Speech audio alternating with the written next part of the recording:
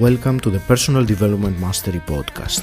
I'm 𝙚𝙬𝙬𝙧 and my mission is to inspire you to rise up, grow, stand out and take action towards the next level of your life. I interview leaders, influencers, entrepreneurs, authors, exceptional people who can and will inspire you to improve your life. Tune in for 2 episodes each week and make sure you subscribe to the podcast to get the episodes as soon as they are released. In today's show, I am delighted to speak with Tamara von Dohren. Tamara, you have an incredible story of drive, resilience, and navigating cultural complexity.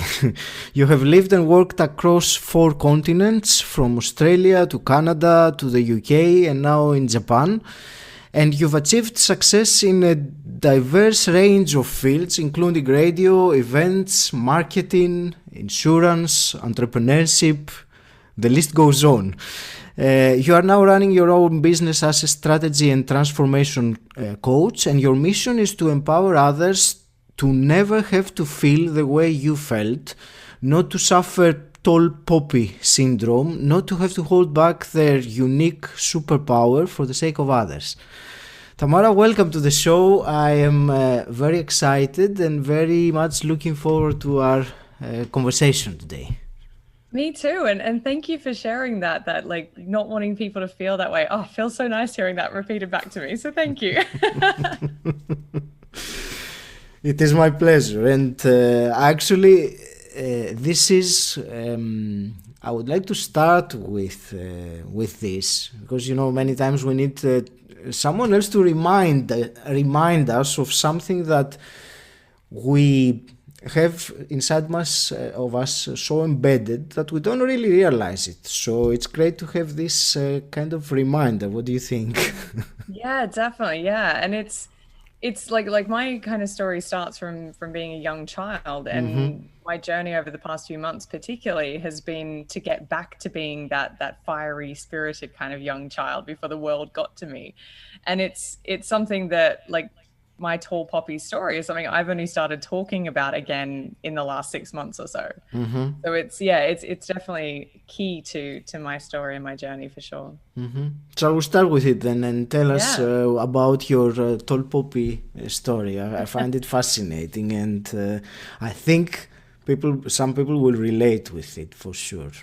Yeah, so when I was in grade 2, so the age of 7, I was tested and found to be academically 2.5 years ahead of myself, which, is something that, as a kid, you're really proud of. And like, I was always kind of naturally good at schoolwork, I guess.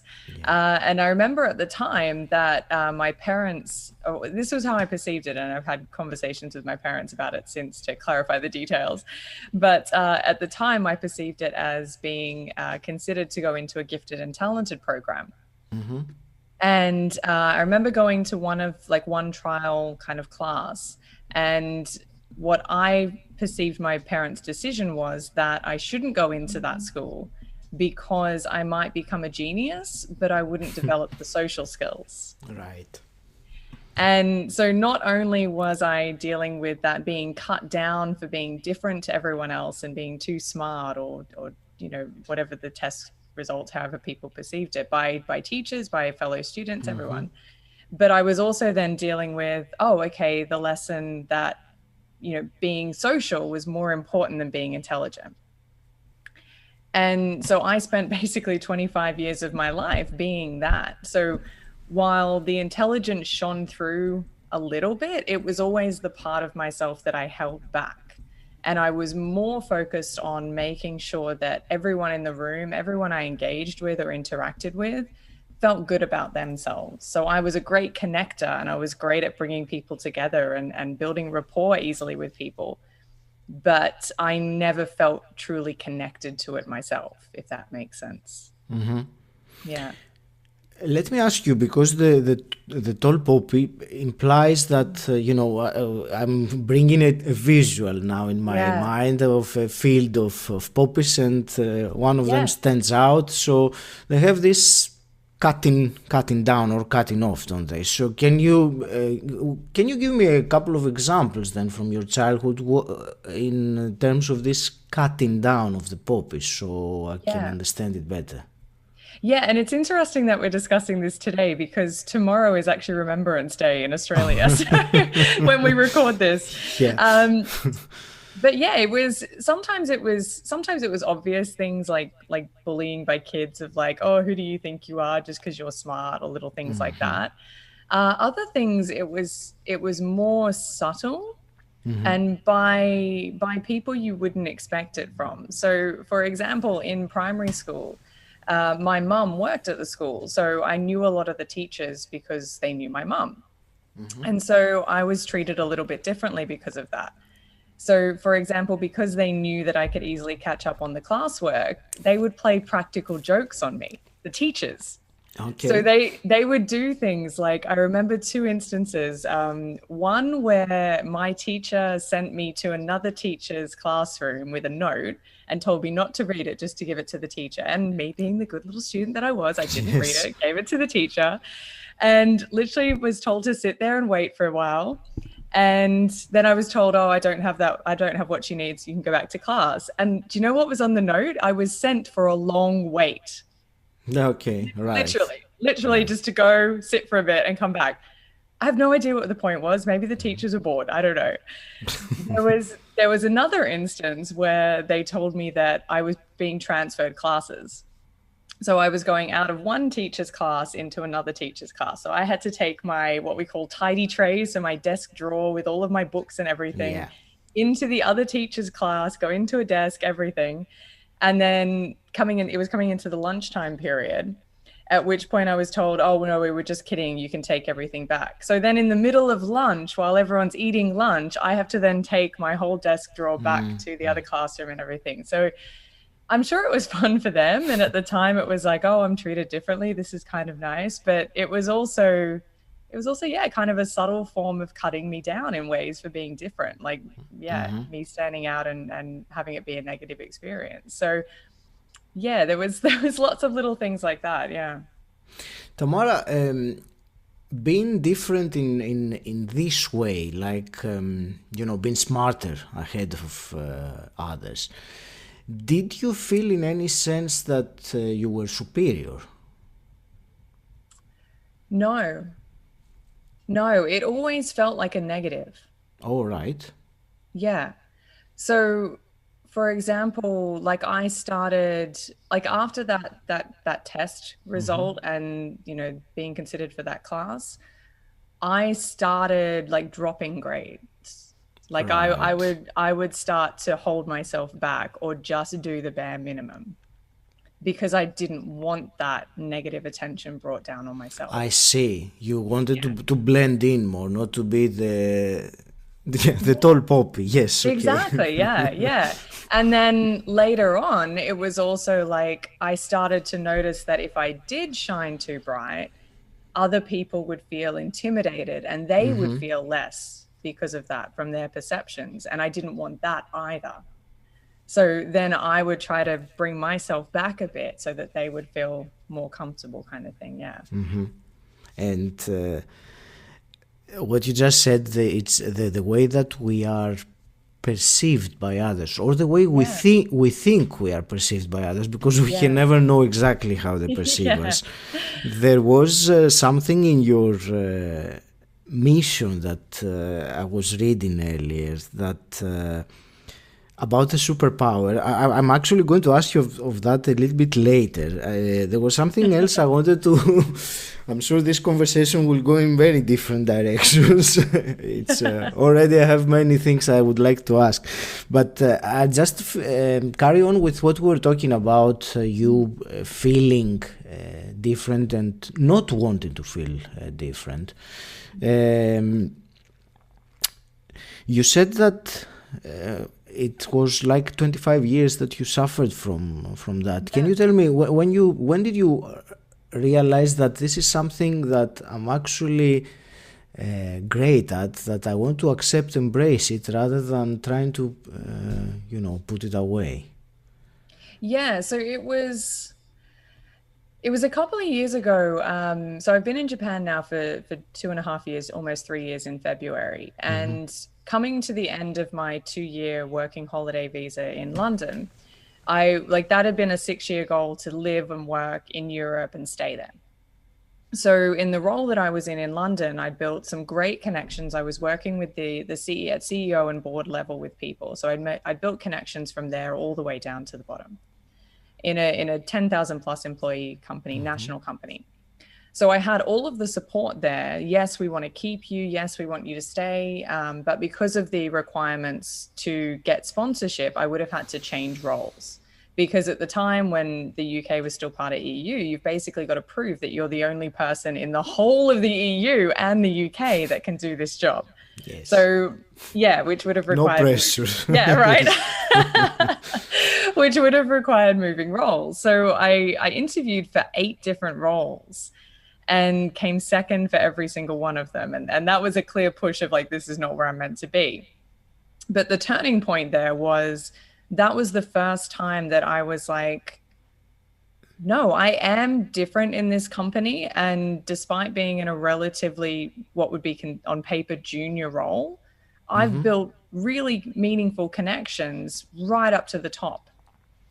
And, you know, I'm someone that has a lot of influence and has a lot of kind of, I suppose you could call, power in this company. And I need to own that. And I need to use that if I'm going to stay in the UK. And it was the first time that I went all in on that. And it wasn't comfortable for me at first to kind of go to these leaders, these powerful people, and be like, hey, I need your help. You know, I'm looking for a role. What kind of roles are in your area of the business? Where do you think I might be a fit? Like, would I have your support for visa sponsorship? Like all of these things. And yeah, and I started going out and having conversations with everyone and calling people up for coffee or having a quick 5-minute break while they were having a cigarette, because that was the only time I could talk to them. And yeah, I worked my butt off to try and make that happen. And when it didn't, that was gut-wrenching. And it was a big blow actually to my ability to continue to stand out, because it was the first time that I'd fully invested and fully used that I guess power I had or reach that I had with people, and failed. So in what way did it fail? Well, I didn't get to stay in the UK. So that was, because that was the goal, to kind of stay in the UK. Okay. Yeah. So in that way, it was a failure. In the long run, it was obviously a gift, and, you know, has sent me in the right direction in the end. But at the time, it sucked. I get it, yes. Shall we talk then about this process of realizing your own greatness? The fact that you are unique. You have you use the word superpower, which I agree with. You know, funnily, when I first heard that phrase, I thought, no, that's a bit too much. But I realize now how precise this word is, because it's something that is unique. So shall we discuss about the journey then of transformation and realizing and owning, as you said, our greatness? Yeah. So as I said, I first stepped into that. That was my first, like, I'm going to own this and I'm going to use this. And then I failed. And then I spent a long period of time not using it again and stepping back away from it, being afraid to fail again, being afraid that, you know, maybe because I'd used it, I was being punished, or, you know, all of these crazy thoughts that go through your head. And I think also, so I went back to Australia after that and thought, oh, you know, I'll maybe try and get a job in Australia and get a company transfer or something to go back to Europe, because that was still the goal. Couldn't even get an interview in Australia, was told by recruiters that my international experience would go against me. And so it was time to enact the backup plan, which was, okay, I'll go and teach English in Asia, which will give me living and working experience across 4 continents. I'll be in a job that will give enough of a salary that I can comfortably pay my bills and living expenses, but it won't be a job that I'll feel the need to climb the ladder, even though I did work in management here for a year in the end anyway. And I'll be able to focus that time and energy on building my own business. So that was what I did. And with all of the blockages that had happened up until that point, that decision moved really quickly. So I applied for the the English teacher job online. I think a week or so later, I had the interview. The next day, I was offered the job. And within a few weeks or so, I had the visa and was booking flights and making plans to move there. So that all happened quite quickly and smoothly. So it was a clear, like, yes, this is where you're meant to go. I was about to say that this is a very good indication of whether if you feel like things flow, it means you're doing something right. If everything is a struggle, you probably need to tweak a little bit your approach. But even so, even though it was flowing, I wasn't that excited about it. Because it was the backup plan. And so I got to Japan, and Japan was a lot more difficult than I expected. In Vancouver and London, and even Australia where I'd lived before, going to networking events for business or meeting other business people was very easy because there's a lot of those events that you can attend. In Japan, for English speakers, there's maybe one every month or so. And the people that you're meeting there aren't really like innovative thinkers or, entrepreneurs wanting to do things differently. Most of the people you're meeting there are working in corporate Japan, which is a whole other beast. So it was a challenge. And the only people, so when I first got here, I couldn't find any events to go to. The only people I was associating with, and because I didn't know anyone here, I was building friendships and circles and everything from scratch. The only people I was associating with were the other English teachers, who were all 20-year-olds that, had come here to have fun and party and drink. And, at 35, I've kind of done all of that. It's fun every now and then, but not every weekend. And it was tough. The language barrier, I had underestimated how much of an impact that was going to have on day-to-day life. Like things like even just a quick trip to the grocery store was no longer a quick trip. I have to pull, Google Translate out just to find out what this is. What am I buying? Even things like I had to go and get a SIM card for internet, and I couldn't just go to the local store and ask them which one. I had to do all the research myself on the internet so that I could find it in English. Little things like that. In Japan, what a lot of people don't realize is that a lot of the processes here are still very manual, which means everything is paperwork, which means forms you have to fill out, which is all in Japanese. So again, it's all Google Translate. I remember on my first day having an entire conversation with my gas man in Google Translate as he explained how the gas worked for me. So a lot of that, I underestimated. And the distrust of foreigners here by some people as well, by some locals. I experienced racism here for the first time, which I had never had to deal with. And I see the blessing in that, obviously, because it has given me such a new perspective on that. But all of those things were tough.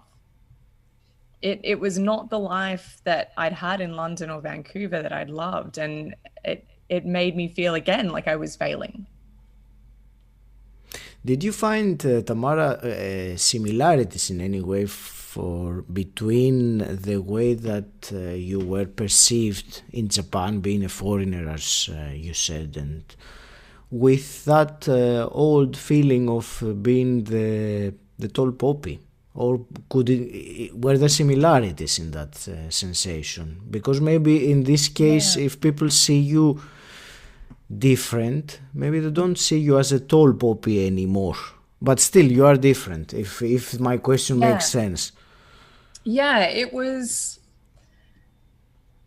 probably, a little bit of intimidation in some cases, I guess, But it was the first time that just because I looked differently, that I was being treated differently. Yeah. And not in a positive way. So I bet that, with 4 continents of people, you have really gained a unique ability to understand people from different, cultures. And I mean, I had a small culture shock when I moved from Greece, my home country, to the UK, which are not, so much dissimilar, but it was for me because my world was different. Yeah. But what you have done in so many countries and in a variety of different things as well. My question is, tell me about dealing, your insights about dealing with so many different diverse people from different cultures. What is it that transcends all those things, maybe? Yeah. So it's interesting because I often tell actually my English students here that even between the English-speaking countries, there's differences.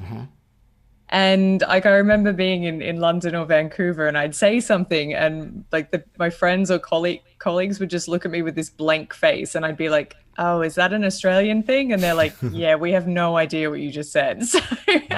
So even amongst English-speaking countries, there's differences. Another tall poppy moment was in Vancouver, where we were having a meeting to kind of look at, like it was kind of a brainstorming session with people from all different areas of the business, to talk about like one particular challenge that we were having and how we could fix it, basically. And that was when I really learned that in Canada, how polite they are and how conflict averse they are. Australians, we're pretty upfront about stuff. So if we see a problem, we're going to tell you exactly what it is. We don't care whose fault it is. We just want to fix it. And that was the approach that I took. And I remember standing in front of this whole room of people. Some people higher than me, some people lower than me in kind of rank in the company. And everyone was kind of dancing around the problem. Like they were saying it without saying it. And I just stood there and I said, well, this is the problem. And this is what we need. Like, we can't keep doing this. Like, that's just an excuse. Like, we need to be enforcing this, blah, blah, blah. And the whole room went silent. And the general manager, who was like the top of the company there, he eventually stood up and said, so what you're saying is we need to do this, this, and this. And I said, yeah. And he was like, okay, yeah. But it was the fact that the whole room had no idea how to react clearly to that much upfrontness, if that's even a word. But yeah, so even between the English-speaking countries, there's cultural differences there. And then coming to Japan, it's a whole other thing. So even though in London, the company I'd worked for there had people from all over the world, all over Europe, were kind of working in that company. So that was a good kind of experience of working with different cultures and different people. But coming to Japan has been a whole other thing, because you've not only got the language difference, but the culture difference to Western society is so different. And it's so old and so deeply ingrained in the culture. Can you give me a couple of examples of exactly this? I'm curious. Yeah, so these are probably the extreme negatives, and then I'll do some extreme positives as well to balance it, because there are both here. But some of the extreme negatives, for example, in corporate culture here, it is completely acceptable for there to be workplace bullying. To the point where, for example, I've had friends of mine who work in companies tell me that, if an employee is late, the entire floor will be asked to wait at the elevator and clap them as they arrive to shame them. It's very difficult to fire people here. So if a company wants to get rid of an employee, they might put their office in a cupboard under the stairs, literally. Right. There are rules around maternity leave here, and even when you can have a baby, there's a hierarchy system in place in some companies here where you are not allowed to get pregnant before your boss. And then once your boss gets pregnant, you have a 2-week window to get pregnant. Right. Which is why IVF is so popular. Just push the button and it happens. Yes. Well, that's why IVF is so popular here. Right. And there's things like that are completely legal, completely acceptable in some of the deeply ingrained, older traditional culture of Japan. And that's not all companies, that's some. But that filters through like some of the other behaviors that are deemed acceptable here as well. On the positive side, there is that kind of like that high level of customer service, like everyone is in serve mode. And that can again be good and bad, because that being told that it's okay to stand out, that it's okay to be different here, is just not part of the culture.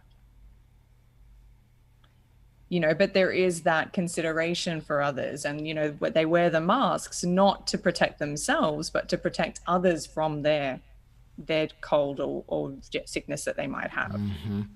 So there are, and we've seen it with coronavirus, the positives of that, of when the people in Japan are told, like, stay indoors, like, don't go out, you know, socially distance, they'll do it without question.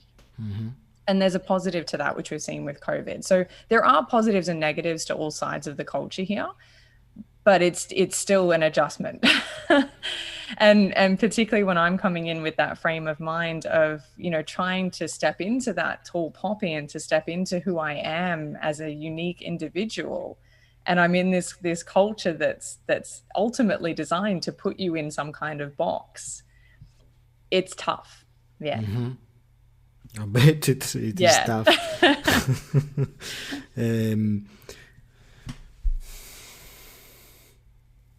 I'm just thinking, again, the conversation goes to 10 different directions, and it's fantastic. I wanted, and I'll come back to this about the Japanese culture and the differences. I will hold that for a moment. I wanted to ask in a different sense, all these kinds of different people that you have met in all these different countries, different cultures, different beliefs, etc.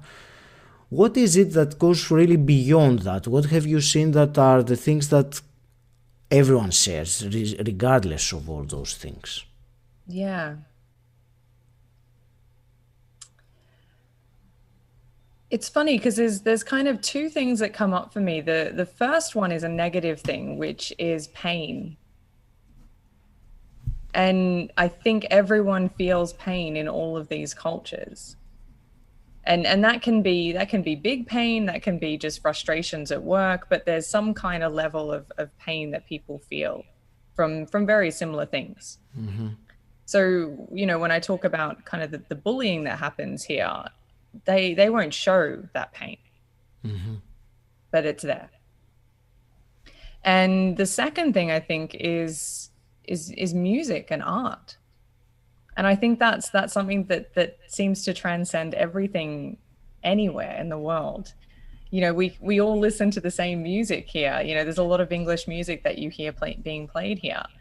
And like even the Japanese music, I don't need to understand the lyrics to know, hey, that's a good beat that makes me feel good, you know? And I think that transcends as well. Yeah, and I think there's a deep desire to connect. Yeah, I think that's, again, it's not something that's always obvious on the surface. But the more I get to talk to people in Japan too, and all of my views are obviously just from my experience, everyone has different experiences, but the more I talk to people here in Japan as well, the more I learn just how much is hidden under the surface. That the people here who you might perceive as maybe being a bit unfeeling or a bit robotic or a bit kind of follow the leader, you get to really talk to them and you realize that's not really true. That we're all complex human beings underneath it all, that feel pain, that feel that joy from music or from arts, and that have that deep desire to connect and be seen. And that's really I think the common thread that I've seen in all of it. Yeah. Tamara, thank you for this beautiful answer. I think it's very insightful to realize some common traits that go to our core, really. Yeah. And you know, about Japan, I haven't been to Japan, but the image that comes to mind when I think of it is, you know, people on the subway, on the train, the way they were queuing. I mean, I remember watching a video. They would queue in one line and they would leave a perfect open space for the people exiting the train to go. And, you know, I have this kind of perfect, you said the word robotic earlier, but yeah, a behavior which is also a cultural thing, very intense in this case in Japan, but still that behavior doesn't mean that inside the mind there are not emotions that are completely unique, authentic, and people just comply with what is expected of them. Because maybe they don't want to stand, tall or be different. And is there a line between, being respectful of a culture, especially when you're in a foreign country? I know that personally, you have to be respectful, but you also have to be authentic. Yeah. So where is the line? Where is the crossover? What do you do? Yeah, and that's definitely something I struggled with for the first probably 9 months, because I came here knowing that the culture was different, knowing it was more conservative, knowing that there were certain rules and things that were considered rude.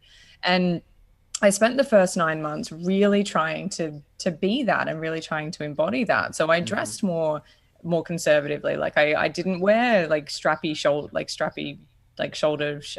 shirts or dresses. I wore things that covered my knees, because you will get looks from some of the older women on the train if you don't. And I was more polite to people, and one of the things that's considered rude here is blowing your nose in public. So I would avoid doing that. Like little things like that. I'm a big researcher before I move places. So I did a load of research on what was rude, what kind of cultural things should I be aware of. And I tried to follow them as much as possible. But at the same time, I was feeling myself putting pieces of myself back in that box because of that, trying to be overly considerate. And also having the reaction not be that positive. Like I was still, still the foreigner. I was still different. I was still getting negative looks on trains or whatever, just for being different.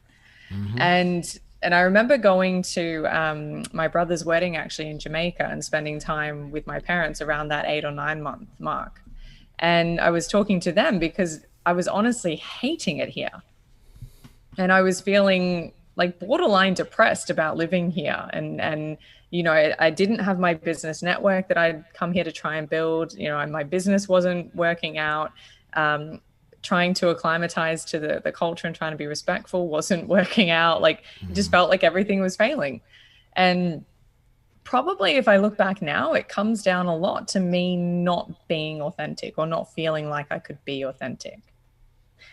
And I came back from that trip with a bit of a jaded view, to be honest, of screw you, Japan. I'm going to just, if I'm going to show my shoulders, I'm going to blow my nose, it's not going to be the end of the world if I do these things, this isn't a life or death situation. And so I did. So I started blowing my nose on the train and wearing, slightly more revealing clothes and things like that. I was still being polite and still being respectful, but I was being me at the same time. Okay. And I felt a lot better, to be honest, after that. And I wouldn't say things started to dramatically improve from there. There was a trip I did to LA that kind of changed my mindset around things. And then that was the big shift for me. But I definitely went through that decision of what is the line here of being respectful and being me. And even now when I talk about you say complying the culture here and how they comply and things like that. And again, I can see the positives and the negatives of that. So it's what can I, and I'm always, whenever I look at things, I'm always looking at it from a point of view of what can I learn from this? And then what parts of those lessons really resonate with me that I can then kind of use myself and then share as well. How can I share this in a way that people can learn from it and see the negatives to kind of learn what you can take from it to use and then what you can take from it to learn. So Tamara, you spoke about a mindset shift in LA. Do you want to explain that to me? When I came back from that trip with my parents, I ended up enrolling in a online coach program, which was a 3-month program, kind of like a business incubator for coaches wanting to grow their business, or women basically wanting to grow their business. And it was a 3-month program, and then it ended with a live event in LA. And I'd never been to LA. So I was like, yep, going to LA. Great opportunity to get out of Japan as well. And this was, what was it? Yeah, probably nearly 2 years ago now. Mm-hmm. And went to LA. And I think partly because it was like I was getting out of Japan. So I was so excited about that and, getting back to Western culture. And I started like really visualizing like all of this amazing stuff that might happen in LA, because I've never been to LA, the city of dreams, everything can happen in LA. And, I love movies as well. So I was visualizing all this cool stuff that could happen. Wouldn't it be great if this happened? Would it be great if that happened? And I was really, really feeling it and really getting so excited about it. And then when I got there, pretty much all of it happened. All right. So, yeah. Oh. So well, or close to. So like one of the things I was like, oh, wouldn't it be cool if I met a famous actor and he asked me out? Wouldn't that be cool? He wasn't a famous actor, but he was a millionaire that was staying in a hotel who sent the staff over to tell me he thought I was beautiful. And then he chased me down the street after I left to ask me out for dinner. Then I was like, wouldn't it be cool if like I went to a house party in Hollywood Hills? Again, close. I ended up at a rooftop party of Sunset Boulevard with a bunch of startup CEOs on my second night. and then there was things like after hours parties at Chateau Marmont. I went to Musso and Frank's for cocktails till closing. When I went to Vegas, I sang a karaoke song and ended up at the Dell Technologies World conference after party with Imagine Dragons performing. Like, it was insane. It was the kind of stuff, like, even at the end of it, I was like, did all of that really just happen? Like, it was a bit crazy. And I came back from that, like, because I used to do that sort of stuff. Like I used to have nights like that when I lived in London or when I lived in Vancouver, even when I lived in Australia. And because in Japan, because of the language barrier, maybe, or because I wasn't going out and kind of being myself as much, I didn't feel like I could, I wasn't having those moments. And then having those moments again in LA and Vegas, I was like, oh, I'm back, baby. Like, I'm still capable of this. I am still the person that can create this crazy magic out of nowhere just by following a nose. And I came back from that trip just completely re-energized, and my whole mindset around who I was and what I was capable and what I wanted to do next was so much clearer and so much brighter. And I came back again, hell bent on getting out of Japan. I was like, right, I've got to get out, and applied for visas and all of this sort of stuff. And then things started to shift in Japan. So I started meeting more business people who were more innovative thinking, both Japanese and foreigners. I started working on projects that were more exciting to me, and opportunities started coming my way in Japan and even online from, like, because I was in Japan that weren't previously there. I started finding more events that I could go to that were more the kind of people I wanted to meet, and making connections and things like that. And so all of a sudden, all of the reasons that I had to leave Japan started to kind of melt away. And that's kind of where I'm at now, where, again, about a year later now, I was kind of thinking, oh, maybe it's time to leave Japan again. Some of the things I was working on have kind of dissipated away, clean slate again. Maybe it's time. There's nothing keeping me here. Time to go. And again, some opportunities are starting to kind of pop up now.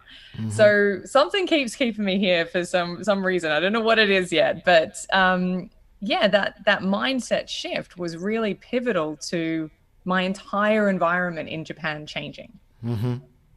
And it was really a great example of proof to me of how integral your mindset is to everything you experience. So not just the opportunities that you're seeing, but being clear about yourself, like knowing who you are. So that self-awareness and mindset piece together, knowing who you are, knowing where you want to go, and knowing what you want, so that when those opportunities come, you immediately know which ones are right for you and which ones aren't. Or if you're talking to people, you know what your goal is, so you can articulate that to them clearly and know what you want to ask for from them if they're offering something. So yeah, so I like that was a huge shift for me, and it's definitely changed my experience in Japan from that first 8 or 9 months when I was like super depressed, hated it here, and now like I kind of love it here. So yeah, there are still elements that are challenging every day, but yeah, overall it's a whole different experience now.